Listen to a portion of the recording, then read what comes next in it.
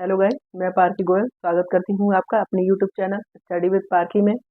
और last topic में हमने पढ़ा था डिस्ट्रीब्यूशन थ्योरम, और उस पे बेस्ड कुछ क्वेश्चंस भी हमने करे थे। तो एक बार हम थोड़ा सा इसका रिवीजन करा देते हैं। डिस्ट्रीब्यूशन थ्योरम में हमने क्या पढ़ा था कि A B C equal A plus B और ए प्लस सी।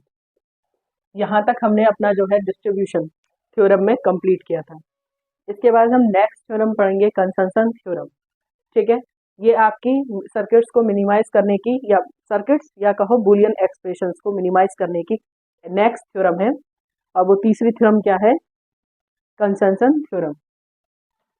ठीक है, तो आगे बढ़ते हैं कंसेंसस थ्योरम के ओर। ठीक है, कौन सी? Consensus theorem.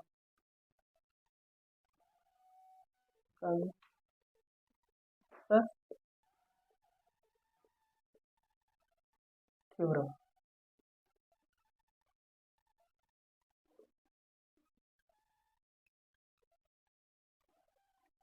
तो इस कंसेंसस थ्योरम को रिडंडेंट थ्योरम भी कहते हैं।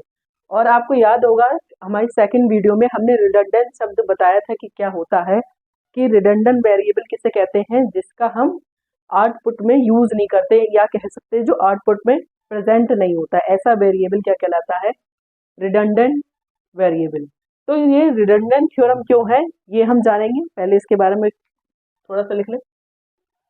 It is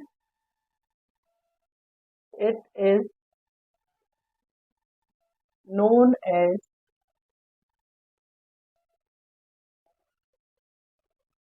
redundant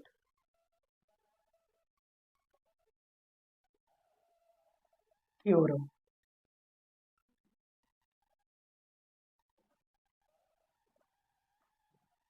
redundant theorem, ठीक है, redundant theorem।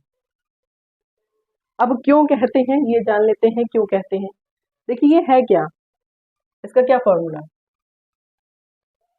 A B plus B bar C plus A C equals to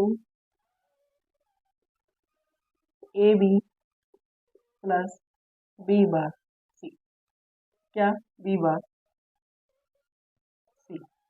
ठीक है, अब आप इसमें ये देख रहे हैं कि इसके जो ये आंसर आ रहा है इसमें क्या दिख रहा है आपको, कि इसमें ए बी है, बी बार सी है, लेकिन एक ये फंक्शन नहीं है।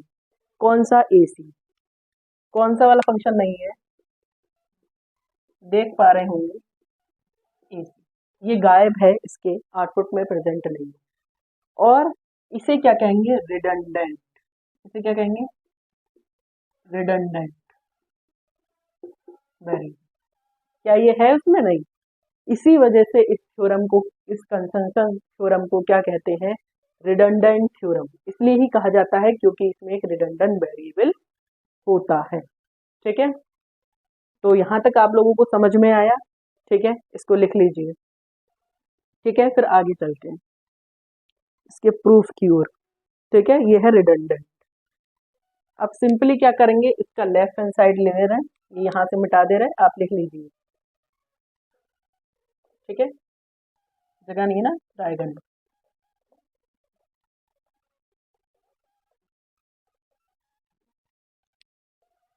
ठीक है,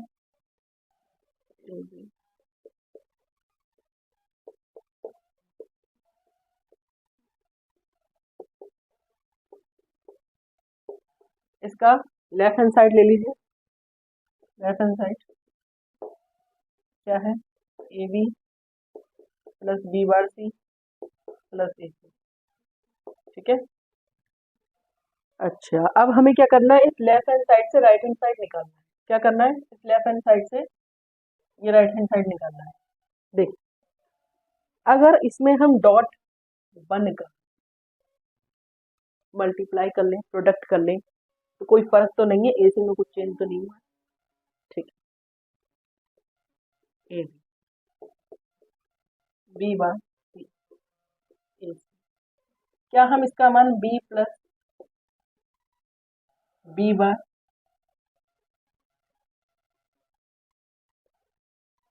डाल सकते हैं, है ना। हमने क्या कहा था कि b प्लस b बार क्या होता है, 1 के बराबर होता है। सिखाया था ना, और प्रॉपर्टी में सिखाया था आपको कि a प्लस a बार क्या होता है, 1, इसलिए b बार प्लस। अब तो कोई दिक्कत नहीं है। अब क्या करेंगे, सिंपली मल्टीप्लाई कीजिए, ab b बार c, ac की b बार c से कर, b बार से कर, ac b बार, ac किससे करें, ac b। अब देखिए, इसमें भी ए बी, इसमें भी ए बी कॉमन ले सकते हैं, एक साथ लिख लीजिए, A B A C B, ये दोनों एक साथ लिख लीजिए, बी बार सी और ए सी बी। ठीक है, इन दोनों में से ए बी कॉमन लीजिए, ए बी कॉमन ले लिया, क्या बचा, 1 प्लस सी, बी बार सी कॉमन ले सकते हैं इसमें, क्या बचा, यहाँ 1 बचा और यहाँ क्या बचा, सी। ठीक है, मैंने आपको एक चीज और सिखाई थी कि 1 में कुछ भी जोड़े, 1 प्लस समथिंग, क्या आता है आंसर, 1, यानी ये पूरा 1, ये पूरा 1। ठीक, तो क्या बचेगा, A B dot 1 B bar C dot 1, और 1 की प्रोडक्ट इसी में करो तो क्या बचता है, ए बी, वही चीज बच जाती है।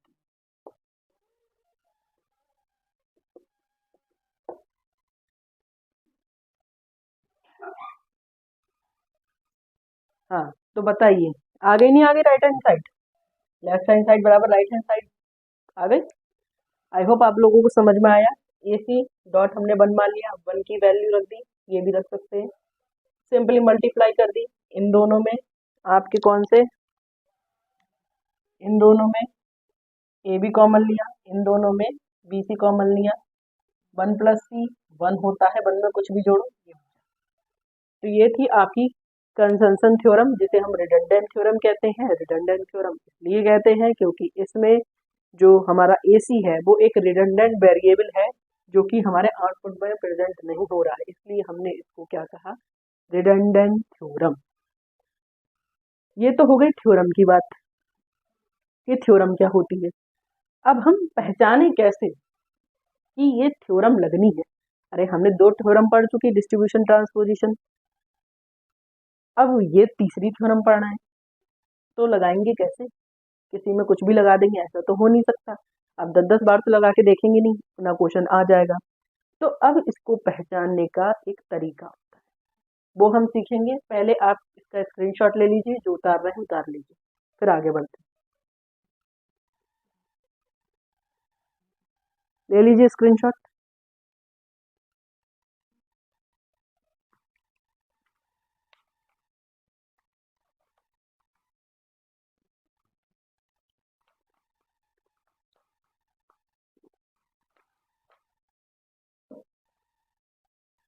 ठीक है, ले लिया, आगे चलते हैं। अब पढ़ेंगे इसको आइडेंटिफाई कैसे।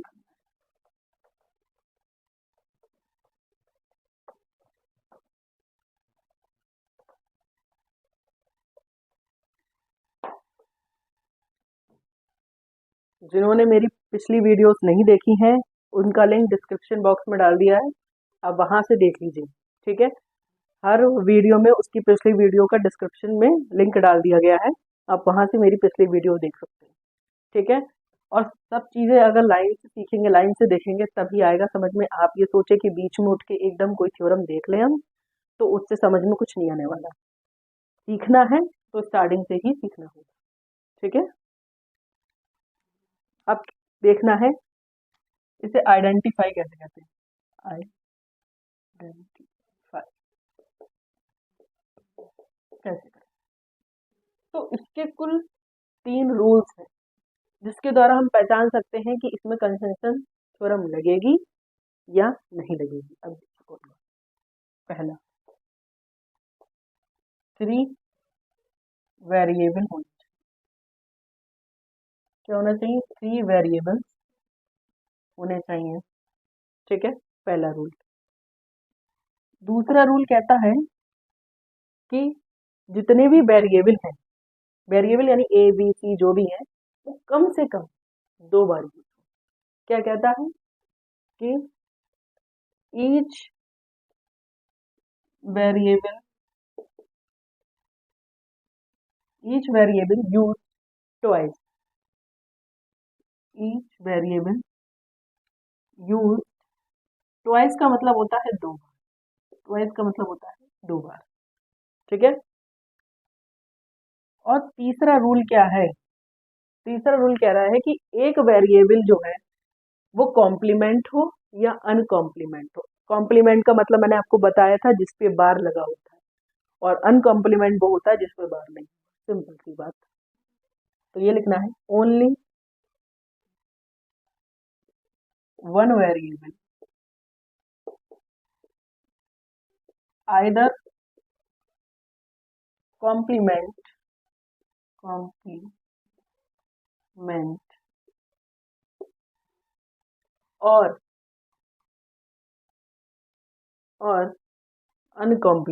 और अनकॉम्प्लीमेंट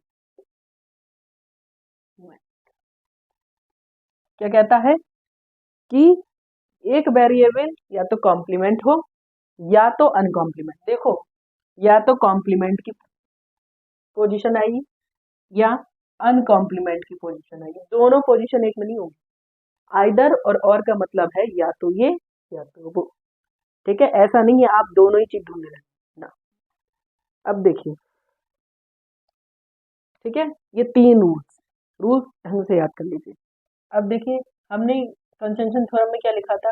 ए B plus B bar C plus E, यही लिखा था। आगे है ए बी बार सी। अच्छा, अब आप बताइए, अब इसमें क्या करते हैं? ये जो आइडेंटिफिकेशन के हमने रूल्स बताए ना, इसको इसमें लगा के देखते हैं कि भाई सही है भी कि नहीं। है वही कह रहा है। देखिए, 3 वेरिएबल, एक वेरिएबल, 2 वेरिएबल और ये 3 के अलावा कोई चौथा वेरिएबल दिख रहा है? नहीं दिख रहा है। ठीक है। और क्या कहा है इसमें? ईच वेरिएबल यूज्ड ट्वाइस, यानी कि जो वेरिएबल है तीनों वो 2 बार यूज हो। ए कितनी बार है? 1 बार, 2 बार। बी कितनी बार है? 1 बार, 2 बार। देखो, बार से कोई मतलब नहीं, वेरिएबल तो बी ही। सी कितनी बार है? 2 बार। कितनी बार है? 2 बार। तो हमारा 3 वेरिएबल हो गए और प्रत्येक वेरिएबल 2 बार। दोनों रूल सेटिस्फाई। अब तीसरे पे आ जाओ। अभी कॉम्प्लीमेंट छोड़ो, बस इतना ध्यान रखो, कॉम्प्लीमेंट। अनकॉम्प्लीमेंट छोड़ो, कॉम्प्लीमेंट पे ध्यान दो। कॉम्प्लीमेंट क्या है? कॉम्प्लीमेंट यानी कि इसमें क्या हो? बार हो। क्या हो? बार। ऐसे लगता है ना किसी से, बार, बार हो। तो देखो, इसमें एक ऐसा वेरिएबल है जिस पे बार है कि नहीं? ये है ना कॉम्प्लीमेंट। क्या है? कॉम्प्लीमेंट है कि नहीं? है ना? यही देखिए, ये क्या है? कॉम्प्लीमेंट। मैं यहाँ से मिटा के थोड़ा सा नीचे लिख दे रही हूँ, आप लोगों को दिख नहीं रहा होगा शायद। क्या है? कॉम्प्लीमेंट। है नहीं है कॉम्प्लीमेंट? अभी अनकॉम्प्लीमेंट पे नहीं जाएंगे। तो हमने देखा 3 वेरिएबल्स हैं, प्रत्येक 2 बार यूज भी हो गया है और कॉम्प्लीमेंट भी है। Only one variable complementary. ठीक, तो यानी ये आइडेंटिफिकेशन तो खत्म। अब दूसरी आइडेंटिफिकेशन क्या बताई? कॉम्प्लीमेंट तो हो सकता है और ऐसा भी हो सकता है कि अनकॉम्प्लीमेंट हो। तो कैसे यूज करें, कैसे पहचान? चलिए हम दिखाते कैसे पहचान। देखो, ऐसे भी तो हो सकता है।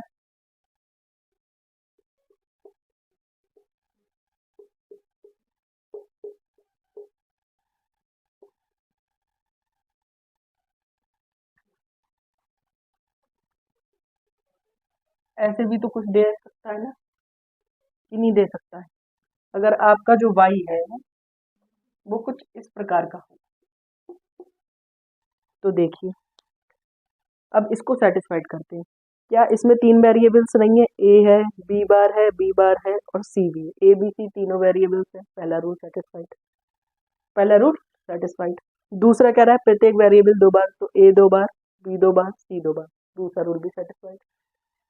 तीसरा रूल कॉम्प्लीमेंट हटा दो, अब इस पे ध्यान दो, इस पे अनकॉम्प्लीमेंट पे, ओनली वन वेरिएबल अनकॉम्प्लीमेंट। देखो इसमें एक ही वेरिएबल है जिस पे बार नहीं है, बाकी सब पे बार है यानी कॉम्प्लीमेंट है। तो ओनली वन वेरिएबल कॉम्प्लीमेंट है, एक कॉम्प्लीमेंट एक अनकॉम्प्लीमेंट है ना। तो ये दूसरा रूल है। तो ये दूसरा रूल ध्यान रखिएगा, ऐसा नहीं है आप कॉम्प्लीमेंट ही ढूंढते रहे, या तो सब में केवल एक कॉम्प्लीमेंट होगा या सब में केवल एक अनकॉम्प्लीमेंट होगा। बाकी दो रूल वैसा ही है, 3 वेरिएबल 2 बार यूज होना प्रत्येक वेरिएबल का, और या तो कॉम्प्लीमेंट होगा उसमें केवल एक या एक अनकॉम्प्लीमेंट। ये है कंसेंशन थ्योरम। ठीक है, ये क्या है कंसेंशन थ्योरम। ठीक है, उतार लीजिए इसको, और ये इसका एग्जाम्पल नंबर फर्स्ट और ये एग्जाम्पल नंबर 2, इसके आगे लिख लीजिएगा ये किसका है, अनकॉम्प्लीमेंट का है और वो कॉम्प्लीमेंट का। ठीक है, लिख लीजिए, स्क्रीनशॉट ले लीजिए या लिख लीजिए तो ज़्यादा अच्छा रहेगा, क्योंकि फिर बाद में ना स्क्रीनशॉट कितना ले लें कोई फर्क नहीं पड़ता, आपको वीडियो दोबारा ही चला के देखनी पड़ेगी, नहीं समझ में आएगी। ठीक है, तो अभी लिख लीजिए इसको।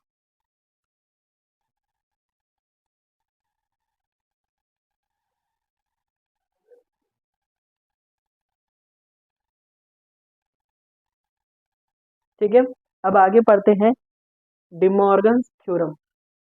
ठीक है, डिमॉर्गन्स थ्योरम पढ़ेंगे।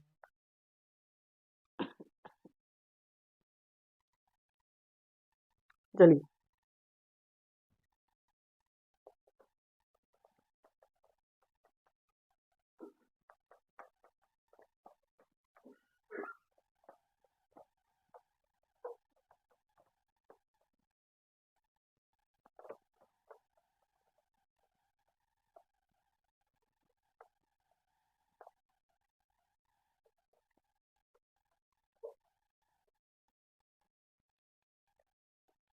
जिन बच्चों ने मेरी अभी ही वीडियो देखना स्टार्ट करी है तो वो मेरी पहली वीडियो देख लें, उससे भी पहले 4 लेक्चर हो चुके हैं, आपका 5th लेक्चर। ठीक है, अब नेक्स्ट चलते हैं De Morgan De Morgan theorem.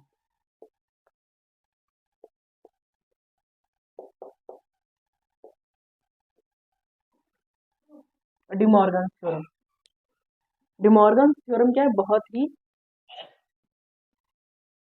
Easy theorem है, सबसे इजी थ्योरम डिमॉर्गन है अब तक की जितनी भी थ्योरम। देखिए यहाँ पर ये कब यूज होती है, इट इज यूज्ड, कब यूज होती है अब वो सुनिए। It is used, it is used या it is applicable, applicable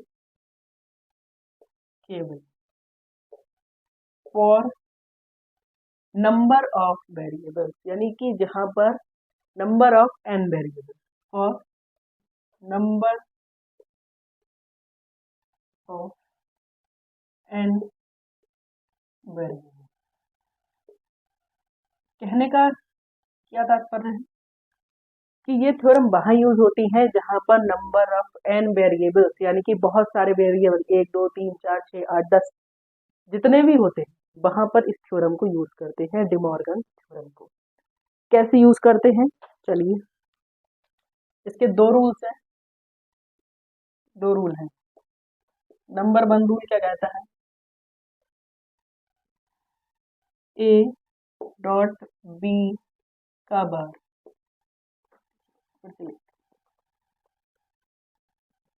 A dot B का बार, ये क्या हो जाएगा,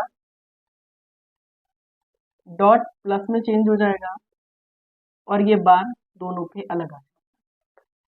ठीक है, इसका रूल सेकंड क्या है, रूल सेकंड, रूल सेकंड क्या है, ए प्लस बी और पूरे का बार जो है प्लस हो जाएगा डॉट में चेंज, और दोनों का बार अलग अलग हो जाएगा, अलग अलग वेरिएबल्स पे आ जाएगा। ठीक, पूरे का बार था, अलग अलग वेरिएबल्स में बार आ गया, डॉट किस में चेंज हो गया, प्लस में। किस में चेंज हो गया, प्लस में। अब प्लस किस में चेंज हो गया, डॉट। ठीक है, देख लीजिए एक बार।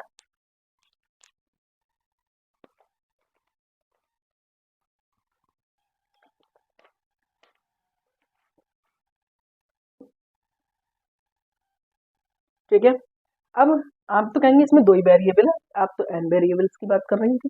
तो कोई नहीं, एन वेरिएबल 3 4 5 आपका जितना मन कर उतना रख लीजिए। मान लीजिए आपके पास 5 वेरिएबल है। ठीक है, A dot B dot C dot E, आप और कर लीजिए, सब पे बार लगा। अब हमें चेंज करना है तो कैसे, हमने कहा डॉट प्लस में जाएंगे, तो डॉट प्लस में चलेगा, A plus B plus C plus plus, और बार सब वेरिएबल्स पे अलग अलग हो जाएगा। तो देखिए, अब और वेरिएबल्स रख लीजिए, उनका आंसर भी यही आ जाएगा। ठीक है, अब एक क्वेश्चन करके दिखाती हूँ उस पर आपको कि कैसे इसको चेंज करना है। ठीक है, मान लीजिए आपका कोई क्वेश्चन ये है,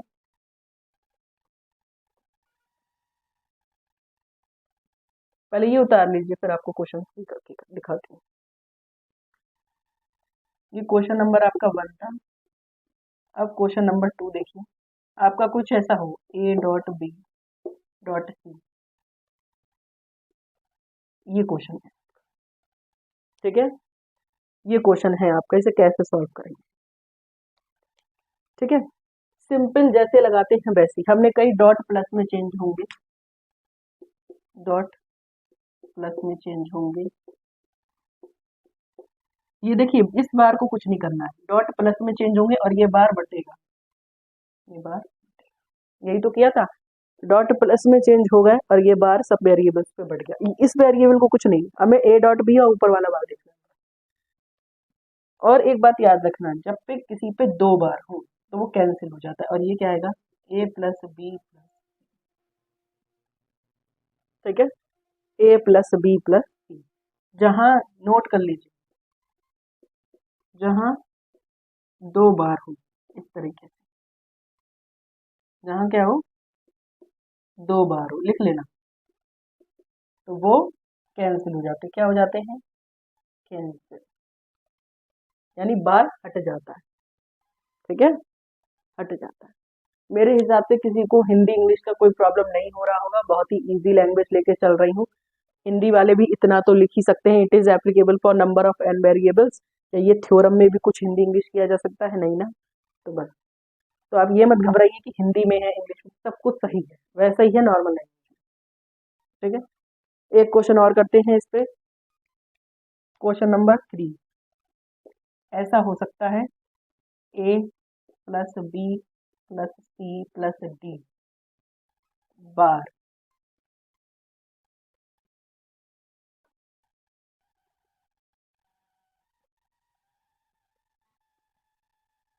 और इनका भी बार। तो ये क्वेश्चन कैसे सॉल्व होगा। ठीक है, जो मैं क्वेश्चंस देती हूँ ना, एक बार वीडियो पॉज करके ना, एक बार वीडियो को पॉज कीजिए और उसे खुद किया कीजिए। ठीक है, मैं तो कराती ही रहूंगी, लेकिन आप एक बार खुद करके देखिए, तभी आपको आएगा कि आपने कितना समझा है। ठीक है, ठीक है, आई होप आप लोगों ने पॉज करके इसे ट्राई किया होगा। क्या आ जाएगा, ए प्लस डॉट में, तो डॉट लगा दीजिए,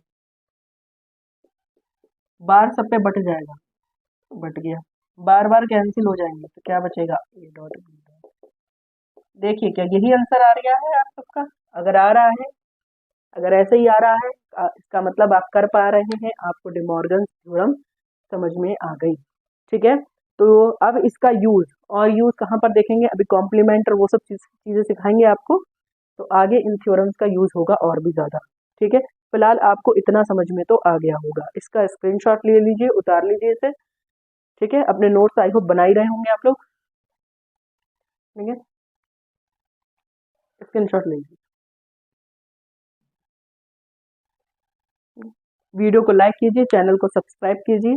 ठीक है, और मेरी जो पिछली वीडियोस हैं उन्हें एक बार देख लीजिए। ठीक है, तो आज की क्लास इतनी रखते हैं।